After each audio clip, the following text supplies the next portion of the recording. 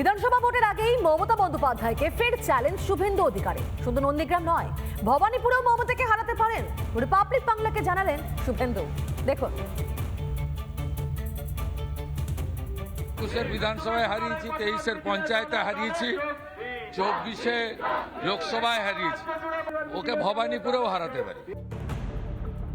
নন্দীগ্রামের পরেও কি ভবানীপুরেও শুভেন্দু মমতা দ্বৈরথের সাক্ষী হতে চলেছে রাজ্যবাসী? ফের একবার ঘরের মাঠেই মমতাকে হারানোর চ্যালেঞ্জ বিরোধী দলনেতার। ওদের কতবার হারাবো আমি? ২১-এর বিধানসভায় হারিয়েছি, ২৩-এর পঞ্চায়েতে হারিয়েছি, ২৪-এ লোকসভায় হারিয়েছি। পিসি আবার আসুক এখানে, আমি চাই। আর আমার তো ইচ্ছা, দল বললে আমি ওকে ভবানীপুরেও হারাতে পারি। হারাবেই তো, পদ্মফুল যে পাবে সে জিতবে, যে পাবে পদ্মফুল জিতবে। আমার দায়িত্ব তাকে জেতা। ভবানীপুরে মমতাকে হারানো অসম্ভব। ২০২৪-এর লোকসভা ভোটে সেই মিথ ভেঙে গিয়েছে। মমতার এলাকাতে একাধিক ওয়ার্ডে তৃণমূলকে পেছনে ফেলে দিয়েছিল বিজেপি।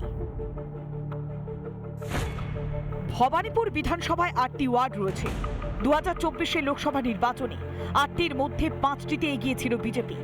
৬৩, ৭০, ৭১, ৭২ এবং ৭৪ নম্বর ওয়ার্ডে তৃণমূলকে পেছনে ফেলে দিয়েছিল বিজেপি। ৭৩, ৭৭ এবং ৮২ নম্বর ওয়ার্ডে কেবল লিড পায় তৃণমূল। মমতার নিজের ওয়ার্ডে মাত্র ২৭৯ ভোটের লিড পেয়েছিল তৃণমূল।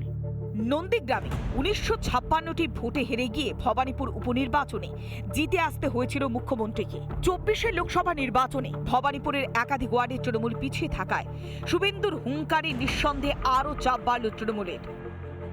ইলেকশন কমিশন যদি ঠিকঠাক করাতে পারে, মানুষ পরিবর্তনের পক্ষে। আর পরিবর্তনের সরকার মানে বিজেপির সরকার। মানুষের সিপিএম কংগ্রেসের উপর কোনো আস্থা নেই, কারণ তারা তৃণমূলের বি টিম হিসেবে কাজ করছে।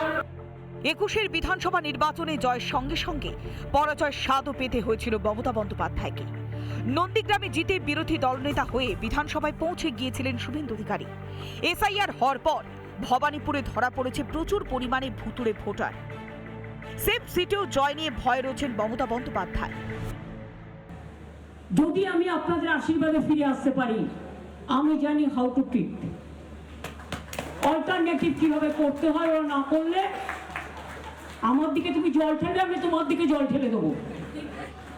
সিম্পল অঙ্কে যেটা বলে। শুভেন্দুর হুঙ্কারে হারের ভয়কে আরো জাঁকিয়ে বসল মমতা বন্দ্যোপাধ্যায়ের ঘাড়ে। হাজার হোক ঘর পোড়া করু, সিঁদুরে মেঘ দেখলে ডরাবেন তো বটেই। রিপাবলিক বাংলা। নানা ধরনের কন্টেন্ট দেখার জন্য লাইক করুন, শেয়ার করুন আমাদের ফেসবুক পেজ, সাবস্ক্রাইব করুন আমাদের ইউটিউব চ্যানেল।